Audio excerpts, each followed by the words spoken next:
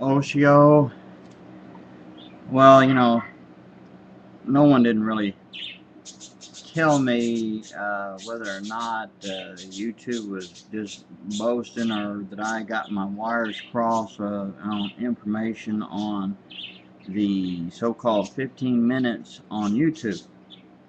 And if it, that is, if I got it wrong, or if you do, or in order to get you 15 minutes, you got to do a certain thing or whatever. So I thought I was going to make this attempt for 15 minutes or 12 minutes or 14 or something, just to see. But at the meantime, while I'm doing that, also I have something to share with you that's really important. Now, there's a lot, I've heard a lot of people sit there and ask, or should I say that Jesus wasn't God and all this, Well, I could probably go into a lot of scripture reference, but let's just say, let's go into the Old Testament, okay? Let's take a look at something here. Just who was Jesus? Well, now if you look in the book of the prophet Isaiah, or Isaiah, however you want to pronounce it, okay, now I know some will try to come up and think that Isaiah was prophesying about himself, but no, he never fit none of these. He wasn't prophesying about himself, he was prophesying about Jesus, Yeshua, okay? Excuse me. Alright, let's just give these naysayers something to think about. Of course, how can you expect a blind person to see? You don't expect them just to, say, all right, what does that elephant over there look like? Or what does that horse over there look like? And they can't see and hadn't been able to see since the day they was born. That's an interesting thing, to ask a blind person, what does a horse look like? They've never seen a horse because they never seen a flower. They hadn't seen anything from the day that they was born. That is, to those who had been born blind. And see, there's a lot of people out there that was born blind, are born blind. We all were, until the Lord gave us sight. But there's still a lot of them out there who are in darkness. Okay, but here, excuse me. But and if I seem like I'm skipping here and there, just bear with me, okay? Just put up with an old person who sometimes forgets. I remember, but sometimes well, you know what I mean. Sometimes you just forget, and so anyway, here we go. Now, here in Isaiah chapter 9, we'll start at verse 6. For unto us a child is born, unto us a son is given, and the government will be upon his shoulder, and his name will be called. And I think my thing's freezing up on me. We'll see how it turns out. The camera, that is freezing up on me. Okay, let's try it again. Unto us a child is born, verse 6. Unto us a son is given, and the government will be upon his shoulder, and his name will be called Wonderful Counselor. Here he goes. Mighty God. A man is not a mighty God, but there's only one mighty God. Let's go back up there again. It says, unto us a child is born, not a God. Unto us a child. This is to identify Yeshua, Jesus. Okay? For unto us a child is born. Unto us a son is given, and the government will be upon his shoulder, and his name will be called Wonderful Counselor, Mighty God, Everlasting Father, the Prince of Peace.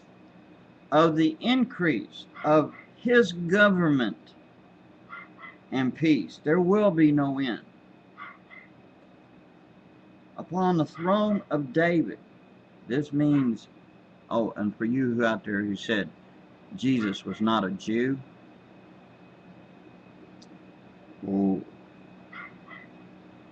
okay. It says here, upon the throne of David. David was a Jew, or, we would say of the tribe of Israel, which we've come in our time and day say Jew. But anyway, upon the throne of David and over his kingdom, to order it and establish it with just judgment and justice from that time forward, even forever. Oh, hello. What is forever? Okay. The zeal of the Lord of hosts will perform this. You didn't say nothing about Muhammad. Muhammad is not forever. He never was. He wasn't God incarnate. He was not. Is not. He's not forever. See, a lot of these people, and I'm not talking about just Muslims, there's a lot of people out there who tried to deny the deity of Jesus, of who he is. If you deny him, one day you're going to stand before him and he's going to deny you.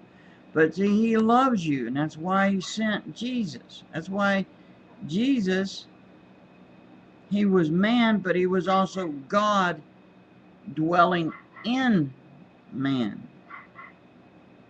God was dwelling inside his Son. God. It's amazing, isn't it?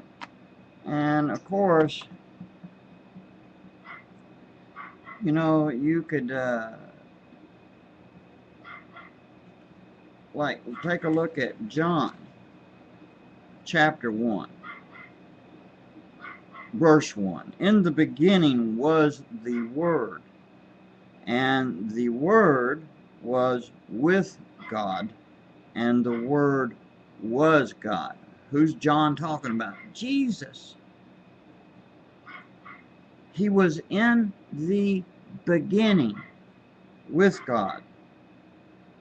All things were made through him, and without him nothing was made that was made. In him was life, and the life was the light of men. And the light shines in the darkness, and the darkness did not comprehend it, or did not overcome it, or did not understand it. Again, people are in darkness. They cannot see this. All right, let's go over here in chapter 3 of John. All right, now listen to this. All right, now it says, for God so loved the world that he gave his only begotten Son, chapter 3, verse 16, gave his only begotten Son. Didn't say Muhammad, okay? All right, didn't say a prophet. Like he's just a prophet. He's just a man. No. It says, for God so loved the world that he gave his only, his only begotten Son, that whoever believes in him should not perish, but have everlasting life. If you don't believe in him, you don't have life. You don't have hope. You don't have peace. Now, you can say you have peace like the way the world calls peace, but that's not peace. It's not the peace of God. For God did not send his Son into the world to condemn the world. Now, listen to that. For God did not send his Son into the world to condemn the world, but that the world through him might be saved. He who believes in him is not condemned. understand? Well, oh, why does God want to condemn me and go to hell and stuff? I don't want to go there. And there's a God like that, I don't want to worship him. And I'm my own person. I have my own body. No, it ain't your own body. God gave you that body, so it's his. All right, he who believes in him is not condemned, but he who does not believe is condemned already, because he has not believed in the name of the only begotten Son of God. And if you don't like it, I'm sorry. But God didn't just send Jesus to whistle Dixie. He sent him so you can have hope, okay? So that there is hope. That he loved you, so you have a choice of life and death. So that you can be able to be reconciled to God through who? Jesus Christ. Yeshua. HaMashiach. Alright, and it says in verse 19, and this is the condemnation, that the light has come into the world. Now listen to this. And mankind, alright, loved darkness rather than light. And that is still true today. People love darkness. They call things that are dark and evil and bad and all that, they call it good. And they call things that are good and pure bad. It says, and men love darkness rather than light, because their deeds, what? Were evil. For everyone, hear this, everyone practicing, doing evil, doing bad, hates the light and does not come to the light. That's why they can't see, lest his deeds should be exposed. They don't like it when their deeds are exposed, correct? That's right. But he who does the truth comes to the light, that his deeds may be clearly seen, that they have been done, that is, their deeds have been done in God, lest his deeds should be exposed. You ever see cockroaches? I mean, there's more scriptures I could give about Aaron, but I don't want to, probably take me 20-30 minutes to do that. But like I said, I'm trying to get that 15 minutes in, and I wanted to share this, okay?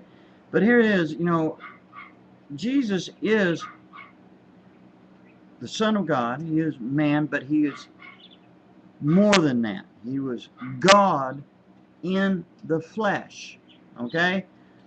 People can't understand, they're like cockroaches. They can't take the dark, the light. They love the darkness. You ever go to a place that's infested with cockroaches? You turn on the light, when it's not at night, and you turn on the light, and boy, they're all everywhere, and boy, then well, that's the way people are in this world today.